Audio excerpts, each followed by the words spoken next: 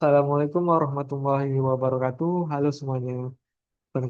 Perkenalkan nama saya Maruna Praja dengan NIM 4122011054.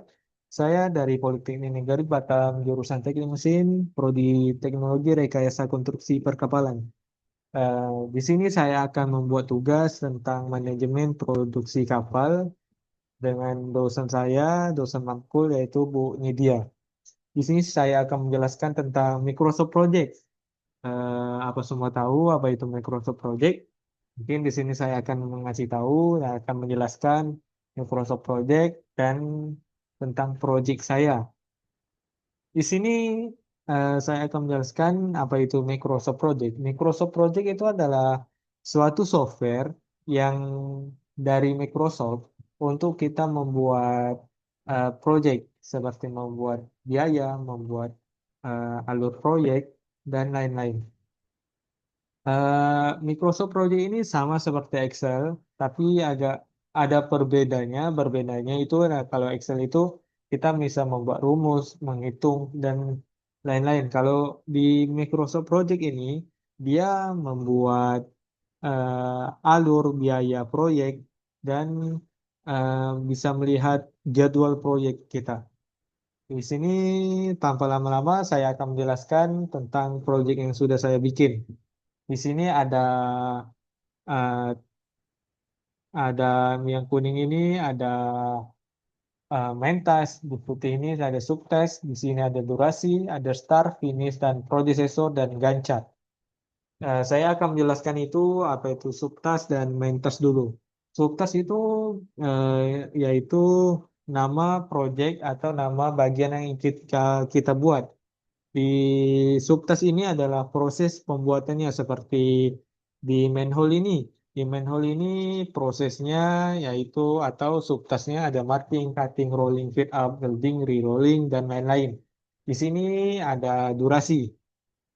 Durasi ini adalah total dari pembuatan proyek kita. Misal manhole ini durasinya 17 hari.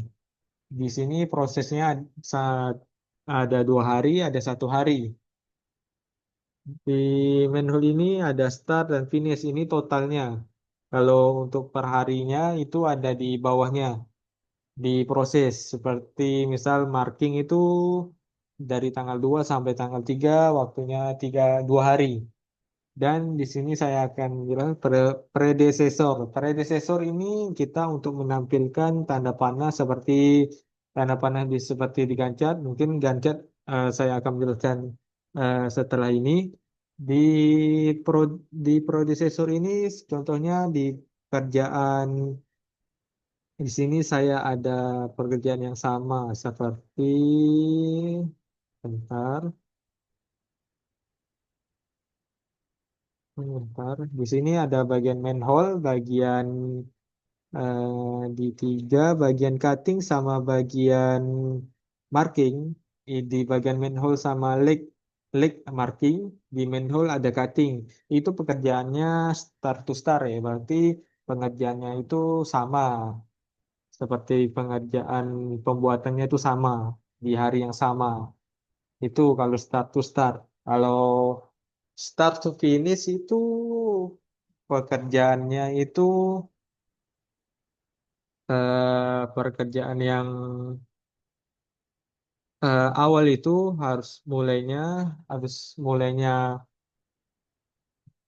eh, harus finish maaf sebelumnya harus finishnya itu harus selesai dulu pekerjaan, misal contoh pekerjaan yang kedua itu harus selesai dulu baru dapat menyelesaikan tugas yang pertama itu.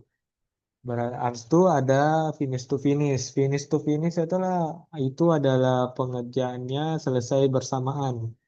Dan ada finish to start. Finish to start itu kebalikan dari start to finish. Finish to start itu ada pekerjaan ke satu, sudah selesai, kita bisa melanjutkan ke pekerjaan kedua, yaitu pekerjaan, misal contoh marking, pekerjaan cutting kita bisa mulai. Setelah itu ada gancat. Di gancat inilah total-total kita membuat membuat suatu proyek. Misal di start ini tanggal 2 sampai tanggal 24. Ini totalnya yang biru panjang ini. Dan di marking ini contohnya tanggal 2 sampai tanggal 3 di sini ada Gantt-nya. Tanda panah ini ya yaitu yang tadi yang saya jelaskan itu kalau tanda panahnya seperti ini berarti finish to start. Kalau tanda panahnya panjang ini berarti itu pengerjaannya sama start to start. Di sini saya tidak ada finish start to finish dan finish to finish. Setelah itu saya akan menjelaskan juga tentang pembuatan report. Report ini adalah untuk kita mengetahui tentang pekerjaan kita itu sudah selesai semua atau belum. Di sini saya manhole. Manhole saya bagian leg, bagian fabrikasi itu sudah 100%. Bagian assembly, bagian finishing dan painting, transport itu masih 75%. Di sini kalau untuk membuat seperti progress udah siap atau belum, kita bisa membuatnya di blok bagian ini. Blok bagian ini baru kita bisa tekan yang atas ini, yang ada tanda 0%, 25, 50, 75, 100. Contohnya saya akan membuat ini nolkan dulu. Setelah itu saya akan blok ini lagi menjadi 100%. Dia akan ada tanda panah seperti ini. Setelah itu sudah selesai yang kita buat seperti ini, bisa kita bisa eh, di toolbar kita bisa pilih report. Setelah itu dashboard, pilih dashboard. Setelah itu project view. Setelah itu keluar dari project kita ini berapa persen. Totalnya baru 86% yang siap. Kita harus menyiapkan 4 pekerjaan lagi, 4 bagian, ada assembly, finishing, painting, dan transparent site. Setelah itu kita bisa pilih toolbar di task manager, di task, pilih Gantt chart. Setelah itu kita akan menampilkan di timeline ini. Timeline ini kita bisa menampilkan di view, pilih, ini mengganggu saja ya. Di sini bisa kita menampilkan di timeline. Contoh saya matikan checklistnya, hilang hilang timelinenya. Kalau ingin menampilkan, tinggal tampil di timeline.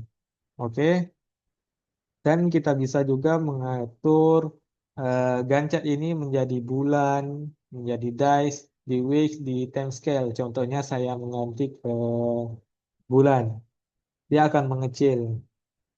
Contohnya saya mengganti jadi days, dia akan memanjang seperti ini. eh Setelah itu kita bisa melihat di timeline ini kalau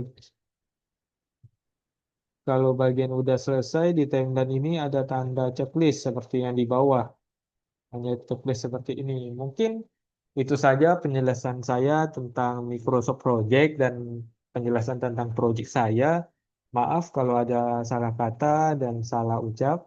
Saya ucap saya akhiri Assalamualaikum warahmatullahi wabarakatuh.